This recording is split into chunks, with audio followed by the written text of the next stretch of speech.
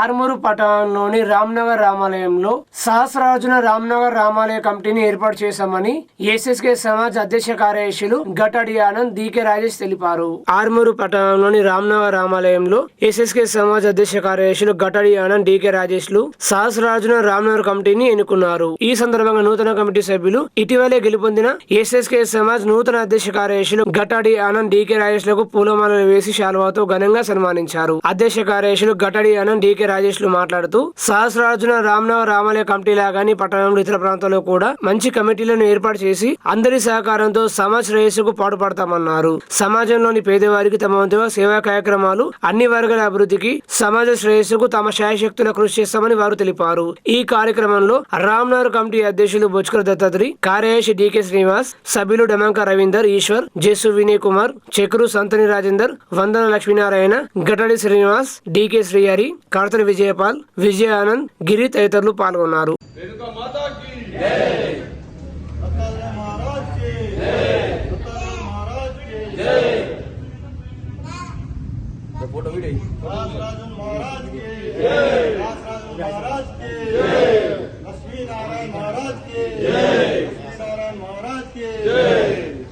जय श्री राम, जय श्री राम। राम लक्ष्मण जानकी, जय बोलो हनुमान की। राम लक्ष्मण जानकी, जय बोलो हनुमान की। सहस्रार्जुन महाराज के जय, सहस्रार्जुन महाराज के जय, दत्तात्रेय महाराज के जय, दत्तात्रेय महाराज के जय। अल्लाह दुर्गा रेणुका माता की जय।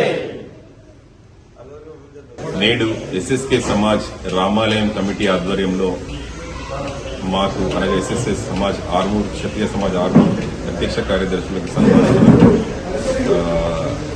సన్మానించడానికి అందరికీ ధన్యవాదాలు.